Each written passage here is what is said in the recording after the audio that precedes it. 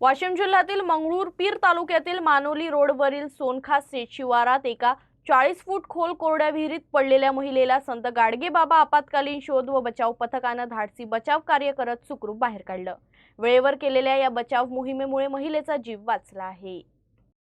मंगरुळपीर तालुक्यातील मानोली रोडवरील सोनखास शिवारातील वीटभट्टीजवळ असलेल्या सुमारे 40 फूट खोल कोरड्या विहिरीत सपना राठोड ही 35 वर्षीय महिला पडली। घटनेची माहिती मिळताच मंगरुळपीर पोलिसांनी मानव सेवा आपत्ती व्यवस्थापन फाउंडेशन संचलित संत गाडगेबाबा आपत्कालीन शोध व बचाव पथकाचे प्रमुख दीपक सदाफळे यांच्याशी संपर्क साधून तातडीने मदत मागितली। त्यानंतर पथकातील गोपाल गिरे, गोपाल जयस्वाल आणि दत्ता मानेकर हे आवश्यक बचाव साहित्यांसह घटनास्थळी दाखल झाले।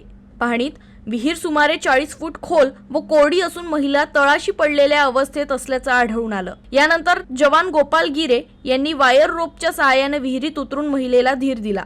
तिच्या सुरक्षिततेसाठी हेल्मेट घालवण्यात आलं आणि विशेष रेस्क्यू स्ट्रेचरच्या सहाय्याने तिला सुखरूप बाहेर काढण्यात आलं। बचावानंतर महिलेला पुढील उपचारासाठी रुग्णालयात दाखल करण्यात आलं आहे।